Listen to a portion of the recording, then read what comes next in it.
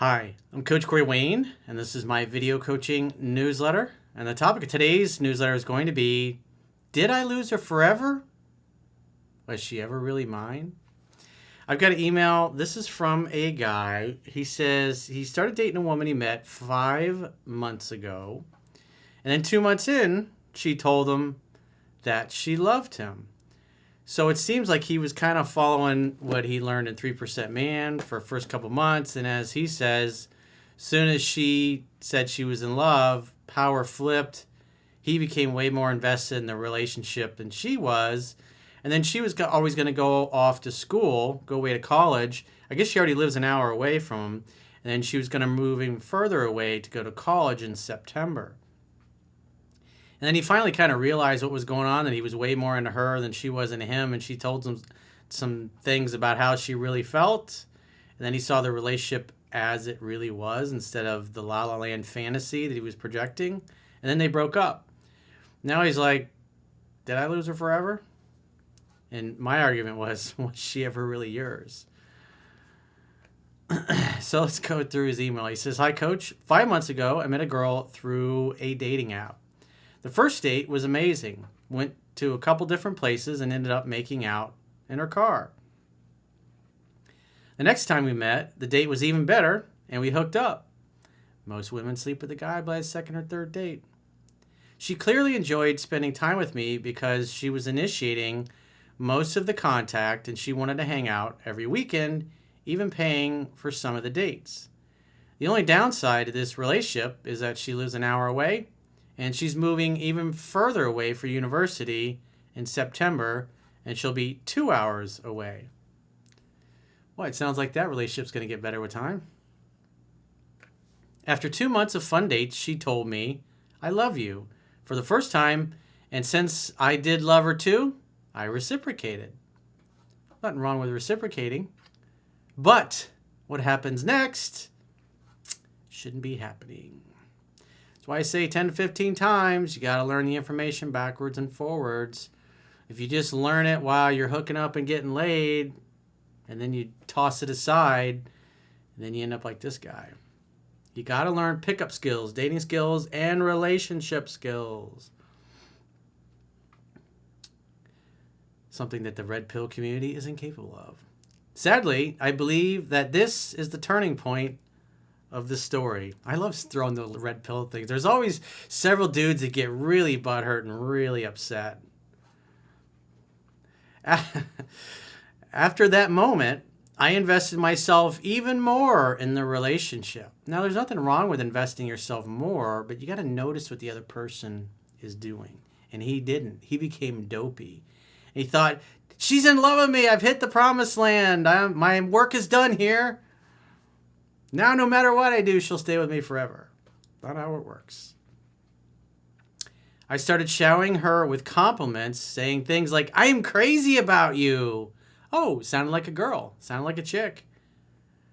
And you are the most beautiful woman in the world. The most beautiful one in the whole history of the worldwide worlds. Well, I'm a little exaggerating, but you could tell he went off the deep end. He got way... Women don't like it if they think that you are way more into them than they are into you. Especially if you're the only one going, I'm crazy about it. And she's like, yeah, you're really nice. I also noticed some of the old habits creeping back in, like over-initiating contact or not mirroring her investment in the relationship. You can ignore reality, but you can't ignore the consequences of ignoring reality. You always want to rate her interest in you. That's another thing the red pill guys don't know how to do. They can't tell when a woman's really into them or not. They just chalk it up to, oh, it's women's true nature. I know their true nature, Corey. They're all like this. They're all terrible. Pump and dump, Corey.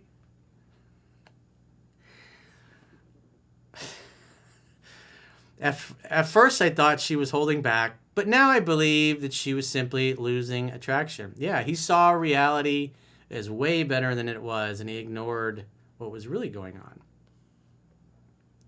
Bad, bad, bad way to go. He projected his fantasy and then ignored the fact she was slowly reciprocating less and less.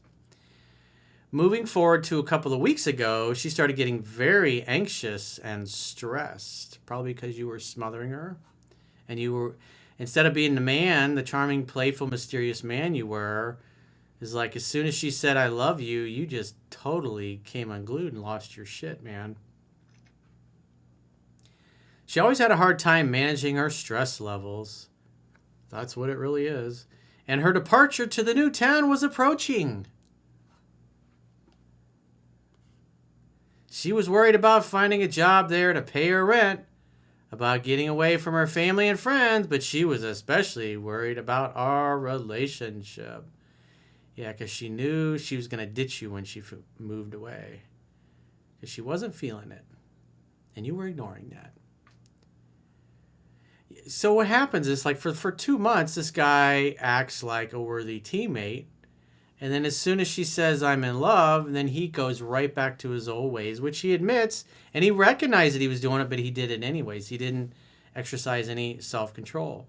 And so he started displaying all of the unattractive parts of his personality and slowly turning her off. He, in essence, changed into somebody else.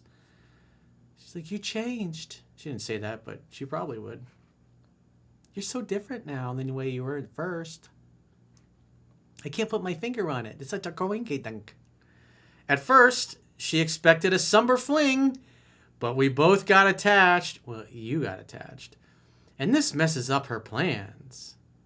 Women don't move away and go away to school to men they're in love with. They just don't break up with a guy that they're head over heels in love with and want to have babies with. They move away from a guy they've lost interest and are glad to be able to use the going away to school as an excuse to go, hit the road, Jack, and don't you come back no more, no more, no more. I know it's harsh, but I'm a savage coach. I'm not here to blow sunshine up your ass. Enough people in your life are probably doing that already. She wanted to go to university and be free to manage her time. Without him, obviously. However, she wants, without having to worry about family, friends, or a boyfriend. I was standing in the way of all of this. Yeah, because you went from being the stud in her life to basically another chick, an insecure little girl. We talked a lot, and I found solutions to her problems. You were not listening. Women want to feel heard and understood, and you don't solve her problems unless she wants you to, or she asks you advice. So what was really going on was he's telling her, giving her advice to solve her problems so she would stick around. He says he told her that driving 2 hours on weekends is not a problem for me, and that with my new job, I could even work remotely 3 days a week. So you get me an extra 3 days a week, honey, and I can come stay with you. She's going, oh shit, he's smothering me. She kept finding problems to my solutions. You weren't communicating effectively because you didn't learn the relationship skills. You only focused on pickup and some of the dating skills. And once you were wetting your whistle, wetting your willy, the book went out the window. You're like, I don't need to listen to that fucking shaved head dude. What's he know? He might not always be right, but he's never wrong. After having a lengthy conversation and trying to convince her to at least try before giving up, she told me something that woke me up. So he's like, oh, please give me a chance. This goes from, oh, I'm in love with you, to, please stick around. Please don't just toss us aside. He's like, well, when you move away, I'll finally get some peace and quiet. That's what I would have said, jokingly, of course. Well, hey, the good news is when you're 2 hours away, I'll get more peace and quiet in my life. Like, what? I'm just kidding, baby. You're my number one. You're the most important thing in the world to me. She said that if she was in my shoe, oh, this is so savage. After having a lengthy conversation and trying to convince her, you have no leverage if you're trying to convince her to stay with you, dude. To at least try before giving up. So that tells me she was giving up. She was so distraught over what to do when she moves away that she broke it off with him. She told me something that woke me up. So here it is. Here's the big Shitburger. She said that if she was in my shoes, she wouldn't be willing to make all that effort for me. Boom. She finally says something that gets through to his thick skull to where he can go, wait a minute. All those things he's been ignoring, they were actually true. She just wasn't feeling it because you chased her right out of your life. I finally understood that I loved her more than she loved me. This is why I say read the book 10 to 15 times. I'm sad for you, dude, but you didn't listen to instructions. What can I do? People give me shit all the time. Corey, stop telling people to read the book 10 to 15 times. My response is usually like, it don't matter. They don't fucking listen anyways. We broke up and did not talk since then. Is there any way I can get this woman back, or did I completely mess it up? You're still in the wrong mind. God, how can I get another chance with her? I need her attention and validation. This is not masculine at all. You're in the wrong mindset, dude. You need to read the book 10 to 15 times and actually follow what it teaches, not follow what it teaches until she falls in love and then revert right back to being a beta male who puts her on a pedestal and kisses her ass and chases her out of your life. It's like, come on, dude. Something needed to wake you up. Will she come to her senses when things settle down in her new town?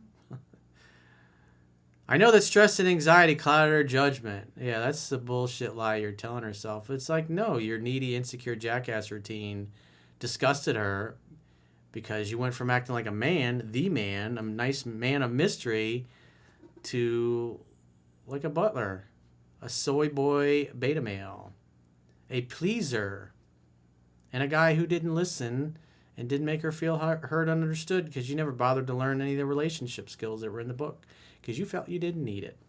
I know it stings and it's not nice hearing me say these things, but somebody needs to shake you the fuck up, dude, because this will keep happening. Every time you get into a relationship with a girl and you revert back to your old behavior because you didn't take the time to learn the material, this is what's going to happen. It sucks. But the only thing you can do now is you got to have the attitude of, hey, I dare her to find somebody better. Now she's off at university. She's out of my hair. I'm actually going to follow the instructions now that I got burned from 3% Man and learn it. And maybe I'll date one of her hot friends that stayed behind. See how she likes them apples. I would never call or text her again for any reason. Don't go driving 2 hours to see her. She's got to earn another chance with you, dude, not the other way around. You should be following what's in 7 Principles to Get an Ex Back. That means if she reaches out to you, calls you, say, hey, come visit me. Oh, let's meet halfway. He's like, no, you broke it off with me. I was willing to drive 2 hours if we were together, and you broke it off. So if you want another chance with me, come see me. Come stay the weekend. We'll make some dinner together. We'll hang out. We'll throw some shrimp on the barbie. Get a few people from Australia going, your Australian accent really sucks, coach. It's not good enough. I was like, whatever. But like I said, that's the position you're in. Don't go meet her. Don't go pick her up. She has to come to your place 3 times in a row. As long as you hang out and have fun and hook up, then maybe you can go meet her out or pick her up or do that. But you got to follow what's in 7 Principles, Get an Ex Back, and you got to actually follow what's in the book so this does not happen again. This is so predictable as the sun coming up in the east and setting in the west. I can set my watch to this. This is so obvious that this is going to happen, but people don't listen. It's like, not my fault. It sucks for you, but hey, pain is life's change agent.